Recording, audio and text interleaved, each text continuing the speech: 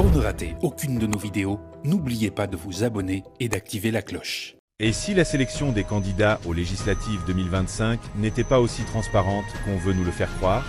Aujourd'hui, on plonge au cœur d'un processus souvent présenté comme démocratique, mais qui cache peut-être des jeux d'influence, des négociations secrètes et des choix déjà scellés en coulisses. Pourquoi certains profils sont-ils propulsés, pendant que d'autres vont à l'indépendance sans explication? Qui décide réellement? La base, les leaders ou un cercle restreint? Reste jusqu'à la fin, car ce qu'on a découvert pourrait bien changer ta perception du paysage politique ivoirien. Quand vous êtes membre d'un parti politique, d'abord, personne ne vous oblige à venir adhérer à un parti politique. Vous êtes libre de venir adhérer à un parti politique. Mais en même temps, on dit l'obéissance à la loi que l'on s'est prescrite est liberté. Et du coup, on arrive dans un parti politique, il y a des critères, il y a des règles, il y a des statuts, il y a des règlements intérieurs. On se soumet à ça. C'est-à-dire, on peut définir des critères. Et puis, à l'épreuve du terrain, parce que la politique, c'est le terrain. À l'épreuve du terrain, le chef peut se rendre compte qu'il y a telle ou telle circonstance qui l'oblige à opérer d'autres choix. Donc là, on ne va pas venir se plaindre pour dire que pourquoi est-ce qu'on ne m'a pas choisi, etc., etc. Aucun parti politique qui va à une élection ne part pour perdre. Donc on suppose que quand ils choisissent les candidats, c'est sur la base de critères et sur la base du fait que ces candidats-là sont à même de les faire gagner. Donc on ne peut pas aujourd'hui venir dire que voilà les critères. N'ayons pas peur des mots. Alors, les candidats qui vont en indépendance sont tout simplement des indisciplinés et ils doivent être traités comme tels. On aura l'occasion de faire le débat. Bien sûr, Guy Tressia. Merci. Franchement, je continue de dire que tout ce qui fait la paix dans une association, c'est sa boussole, ses statuts et règlements. Dès l'instant qu'on édicte des critères dans un règlement intérieur et au moment de respecter ça, on sort de là pour faire des arrangements, ce n'est pas normal, déjà. Et donc, ça frustre. Quelqu'un fait l'effort de respecter les critères. Toute l'année, ou pendant 5 ans, il respecte la mobilisation, la participation aux activités du parti, ses cotisations, il les paye régulièrement, tout et tout. Et voilà quelqu'un qui est assis là, qui n'est même pas officiellement militant d'une délégation, qui n'est connu dans aucun fichier des délégations, et qu'on choisit contre les autres militants qui sont actifs, on choisit pour représenter le parti dans la circonscription. Mais ça frustre toute la base. Surtout qu'il est écrit dans les textes, surtout le PDC que je connais, il est écrit que c'est d'abord, il faut être actif. Il faut être un militant actif. Et un militant actif, c'est qui? C'est celui qui participe aux activités du parti, régulièrement. Et qui paye régulièrement ses cotisations. Vous voyez? Il paye régulièrement. Et qui mobilise aussi. Si tu veux être candidat, il faut avoir la capacité de mobiliser. Voilà les textes devant moi, j'ai en train de parler. Je veux dire que, dès l'instant qu'il a parlé du cas Djikaoué, mais c'est une méchanceté, s'il te plaît. C'est une méchanceté. Parce que Djikaoué n'a aucune sanction. Il est député sortant, 2 mandats. Il n'y a pas de limitation à ce niveau. Donc, quand on choisit quelqu'un qui est allé déposer, selon ce que le secrétaire exécutif, alors Djikaoué dit, il a été délégué départemental de toute la région, tout le département de Gagnoa, lui-même. Et puis après, ça a été découpé en plusieurs délégations. On appartient à la même délégation de Gagnoa 1. Donc, moi, je suis membre du bureau politique du PDCI, donc militant. Je connais donc les militants actifs de ma zone et de ma circonscription. J'ai sillonné les 72 villages pour faire élire M. Djikaoué par 2 fois. Donc, je connais tous les militants actifs. Mais le nom qu'ils ont cité, personne ne le connaît. Il n'a aucun fait d'armes. Et puis, il serait parti en indépendant déposer directement sa candidature à la CEI.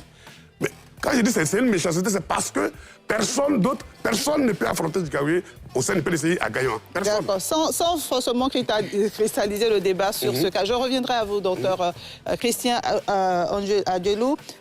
Traoré, Sydney. Oui, d'accord. Là, je voudrais tout de suite rebondir en fait, sur une expression qu'il a utilisée tout à l'heure. Il a parlé en fait de règlement de compte qui s'apparenterait justement à la lutte aujourd'hui au niveau du PDCI, s'apparenterait à un règlement de compte. Je pense que c'est très correct ce qu'il a dit. C'est très correct et à partir de cet instant, il faut comprendre que cette question de gestion des partis politiques par rapport aux législatives, il faut le regarder au cas par cas. Au cas par cas, ça veut dire quoi? Ça veut dire que les partis politiques n'ont pas toujours eu le même comportement vis-à-vis de leurs différents candidats. Au PDCI, tel que vous venez de le dire tout à l'heure, effectivement, il y a des nostalgiques en fait justement de leur bidier qui sont aujourd'hui confrontés aux tiamistes.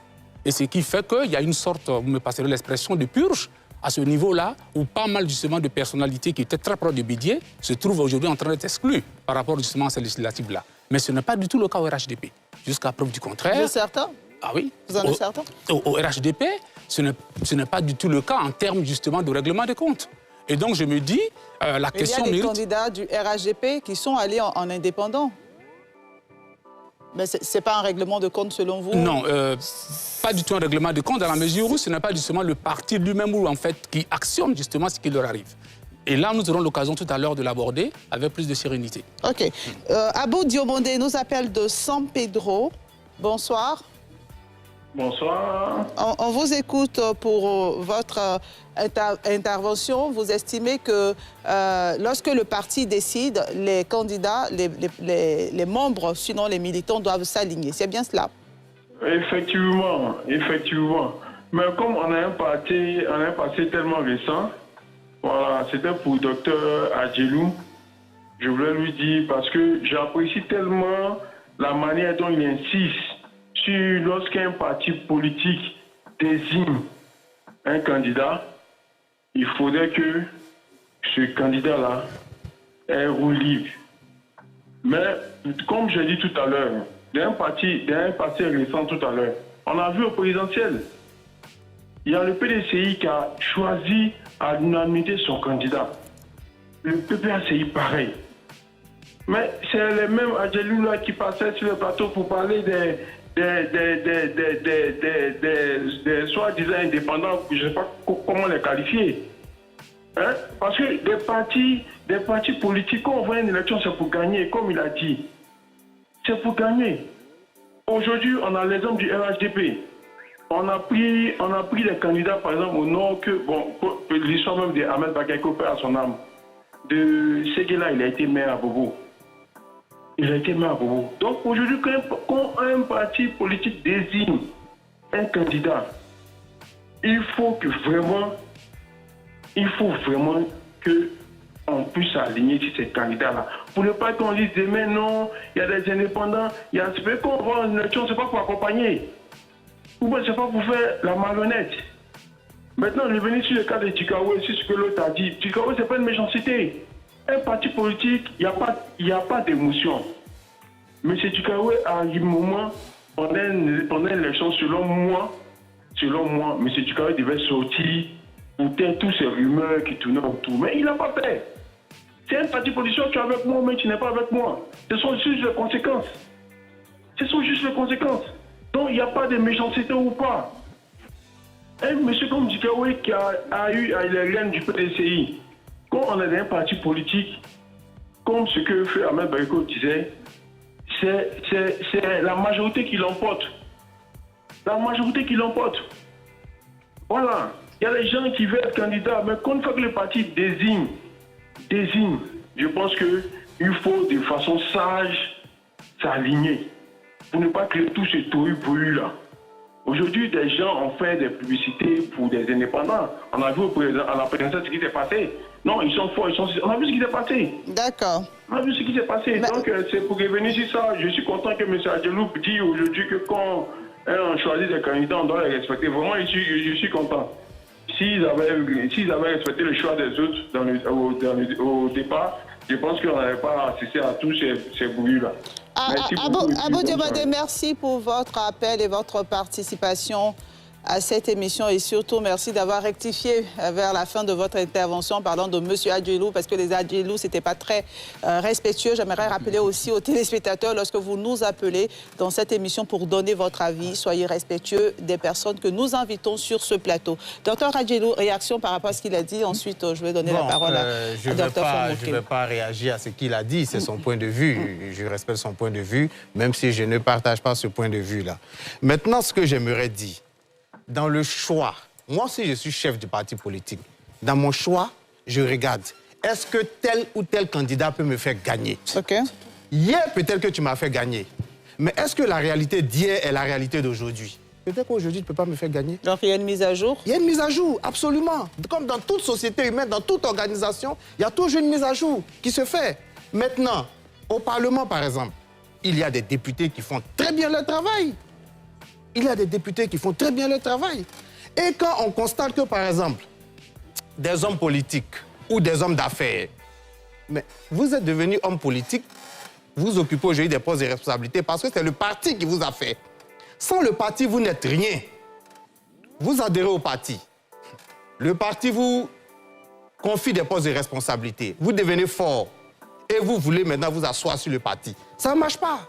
Il faut respecter le parti parce que c'est le parti qui vous a fait. Donc quand le parti dit qu'aujourd'hui je ne te désigne pas, je ne vous désigne pas, il faut respecter ce choix-là. Très bien. Docteur Flamboquet. Oui. Merci beaucoup. Je voudrais réagir aux différentes interventions qui ont eu lieu. Je suis d'accord concernant le fait que un parti politique, le but d'un parti politique, c'est de gagner des élections. Donc, lorsqu'un parti politique est à la veille des jours électoraux, c'est de sélectionner le meilleur personnel politique susceptible de lui faire gagner des élections.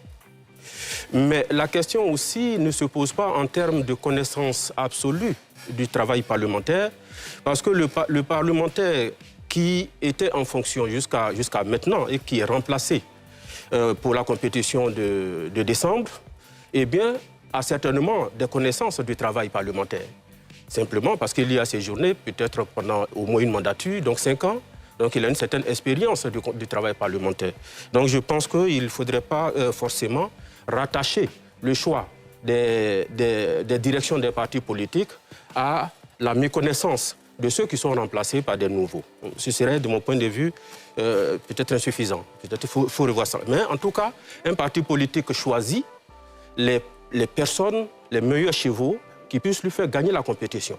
Parce que le but d'un parti politique, c'est de gagner des élections. Mais en même temps, il faut prendre en compte la mauvaise analyse parfois que la direction peut faire concernant un candidat et ce qui justifie la victoire de certains indépendants après des élections. Donc, pour moi, il faut toujours veiller à ce que les processus soient transparents, que les processus soient légitimes, la question de la légitimité du processus.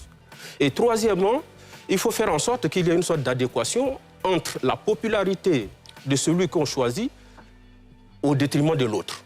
Donc ce sont des éléments forcément qu'il faille mettre en avant pour qu'il n'y ait pas de déception ou alors de déception à la proclamation des résultats. Voici ce que je voulais dire. Je voulais ajouter également le fait que ce que nous observons au sein des partis politiques aujourd'hui, notamment pas au niveau du RHDP, parce que le RHDP se présente comme un parti homogène et stable depuis quelques années, mais au niveau du PPACI et du PDCI, on voit bien qu'il y a une sorte d'influence de toute la dynamique qui a eu lieu au sein de ces différents partis politiques lors de l'élection présidentielle, qui influence nécessairement l'atmosphère du processus électoral au niveau des élections législatives. Ben, le PPACI ne va pas aux élections législatives, vous le savez. Oui, mais en même temps, oui, il y a cela, c'est la position officielle, mais nous pensons qu'il y aura des candidats indépendants qui partent de ce parti politique qui vont se présenter en indépendant. On attend de voir la liste définitive qui sera Oui, c'est ce que je pense, disponible. Parce que ça pose également la question de la discipline du parti, et donc la discipline du parti peut être relativisée par plusieurs facteurs. Si cette vidéo t'a éclairé sur les zones d'ombre de la sélection des candidats aux législatives 2025, n'oublie pas de liker, de t'abonner et d'activer la cloche pour ne rien manquer des prochaines analyses. Dis-moi en commentaire ce que toi tu penses de ce processus. Transparence réelle ou simple illusion politique? Merci d'avoir regardé jusqu'au bout. On se retrouve très bientôt pour une nouvelle vidéo, où on continue de décrypter ensemble les enjeux majeurs de la scène politique ivoirienne. Nous finissons cette émission avec ce proverbe africain. Le mensonge court vite, mais la vérité connaît toujours le chemin du retour. À bientôt!